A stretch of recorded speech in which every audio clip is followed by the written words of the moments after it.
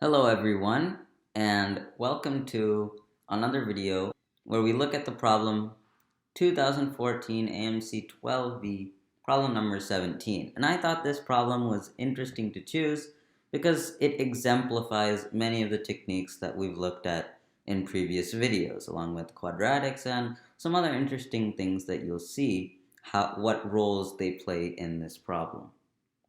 So let's start with the problem. Let P be the parabola with the equation y equals x squared. So I drew that parabola over here.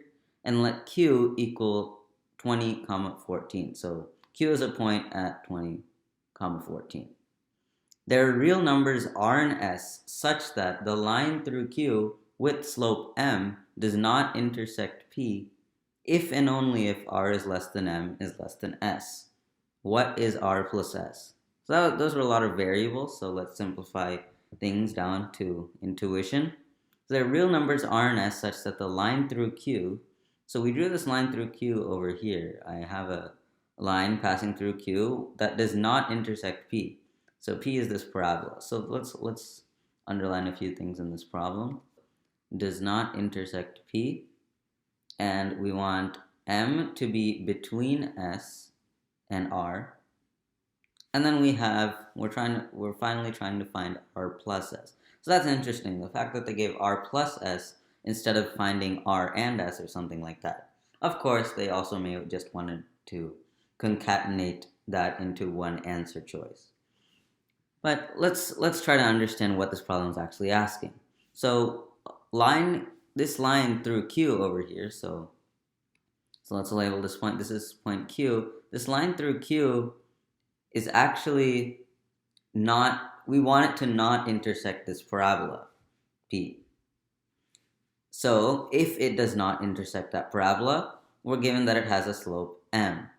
So, and we want to find the range of values of M. That's simply all we want to find.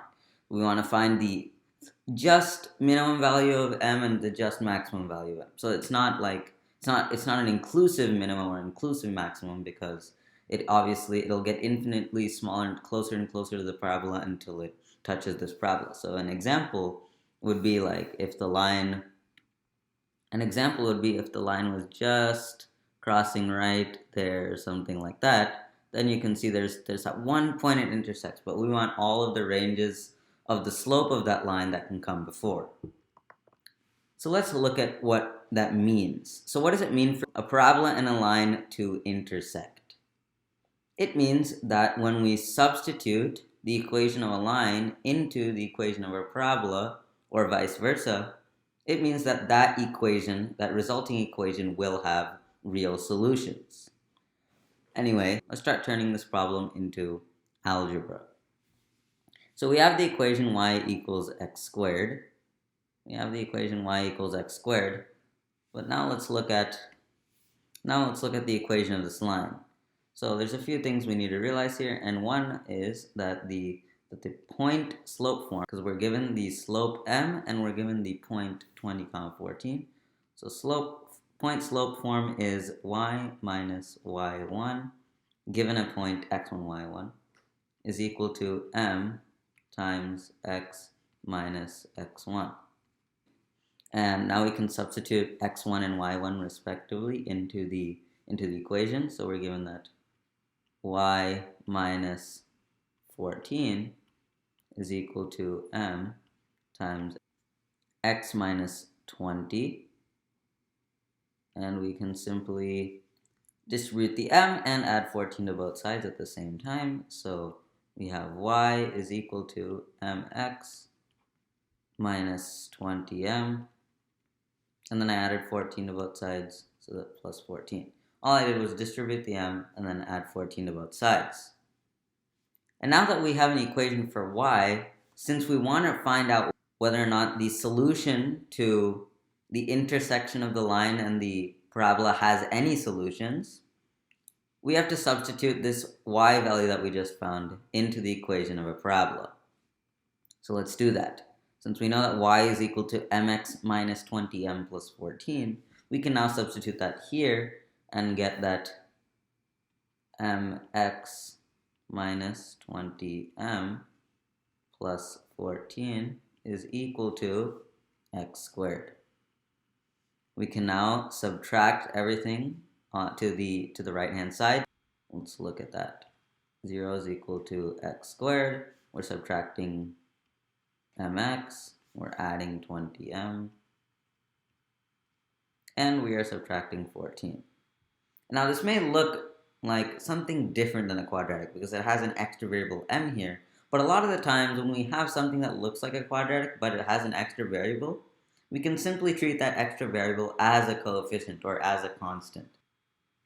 So now let's step back and think about what we want to do with this equation. So we want where there is no solutions, and what does it mean for a quadratic to have no solutions? Well, you may remember that a quadratic has no solutions if its discriminant is less than 0. What is a discriminant? Well, for a quadratic, ax squared plus bx plus c, this is simply the standard form of a quadratic. For a quadratic that looks like this, we have that the discriminant is b squared minus 4ac. And since we want no solutions, does not intersect p, we have to make this less than 0. So b squared minus 4ac, the reason why that's the discriminant is because in the quadratic formula, it's the part under the root. And when you have a negative value under the root, or in other words, when the discriminant is less than 0, that part under the root will be negative, that value, and thus that'll result in an imaginary or complex root. So let's continue on. Since we want the discriminant to be less than 0, we can simply find the discriminant of our quadratic right over here. So we see that negative m is b because b is the coefficient of x. And remember, we're treating m as a coefficient or a constant. So the discriminant will be m squared. And then we have minus 4 times a is simply 1. So minus 4 times 1 times c is this entire constant. Remember, 20m, m is not a variable, or in this case, we're treating it as a constant or a coefficient. So 20m is just some value that we're looking at. So this entire thing, 20m minus 14, is the constant as we are treating it right here. And of course, we want this all to be less than 0. Now we'll just simplify this a little bit, and I'll scroll down. So let's continue. M squared minus 4, because this 1 doesn't really do anything. And we distribute this minus 4 to the 20m and the negative 14. So minus 4 times 20m is minus 80m. Minus 4 times negative 14 is plus 56. And then we, of course, keep the less than 0. Now, we're almost there, because now we have another quadratic, which deceivingly looks like some kind of other thing, but it's actually still the discriminant, because remember, b squared minus 4ac, since m was b, it looks like a quadratic because m squared is there. But we do have m squared minus 80m plus 56. Now, what does this actually mean? Well, if we graph it, and we don't know the roots yet, but if we just imagine what it looks like, it may look something like this, assuming that it has a negative root and a positive root. It doesn't matter where it is, as long as it intersects the x-axis at 2 points. So we have this, and we have this. And we're trying to find where it's less than 0. So that would be where it's right here, and we're trying to find the m values, or since m is just x in this case, as we graphed it, we're trying to find the x values where the y value of this parabola is below the x-axis. So that would just be from here to here. But notice that that range is just the roots. And wait a minute. They're asking r is less than m is less than s. So if we want m, or this m squared minus 80m plus 56 to be less than 0, the values of m will range from this point to this point. So one of these points is r, and one of these points is s.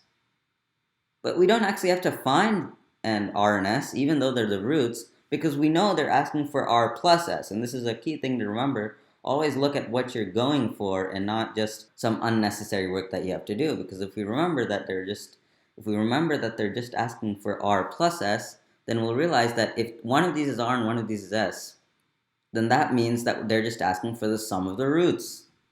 And since they're only asking for the sum of the roots, and we know that from Vietta's formulas, which we've seen in previous videos, Vietta's formulas, the sum of the roots of a quadratic is negative b over a. So, if we look at negative b over a, we see that negative b over a is equal to, since b is simply negative 80 and a is simply 1, then we have that negative b over a is equal to 80 over 1, because negative 80, the negative of that is 80. And we have that negative b over a is 80. And that actually is our answer, because they're asking for r plus s and not the individual roots.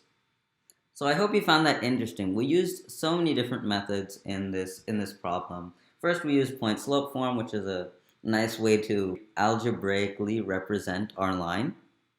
Then we figured out what it actually means to intersect. It actually means to have solutions to a system of equations. We set the line equal to the parabola by solving for y, and then we found out whether it has solutions or not. And since we're looking for does not intersect p, we set it equal to no solutions, which would make the discriminant less than 0. So we used some properties of quadratics there.